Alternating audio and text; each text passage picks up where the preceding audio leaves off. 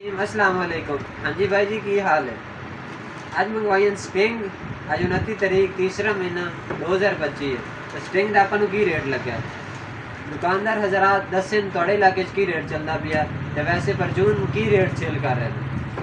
जी 300 ml sting है ना छोटी, इनका 770 रुपये रेट लगा। 770 तकसीम 12 ये भई अपन 64 रुपये दी।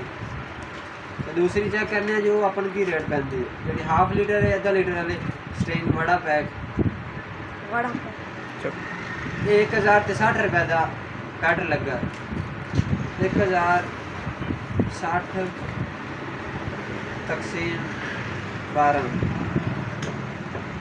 ये 88 रुपये की अपन वापस पै रही। ये किन्ने की सेल करनी है? छोटी 300 वाली किन्ने की सेल करनी है तो वड्डी हाफ लीटर किन्ने की सेल करनी है?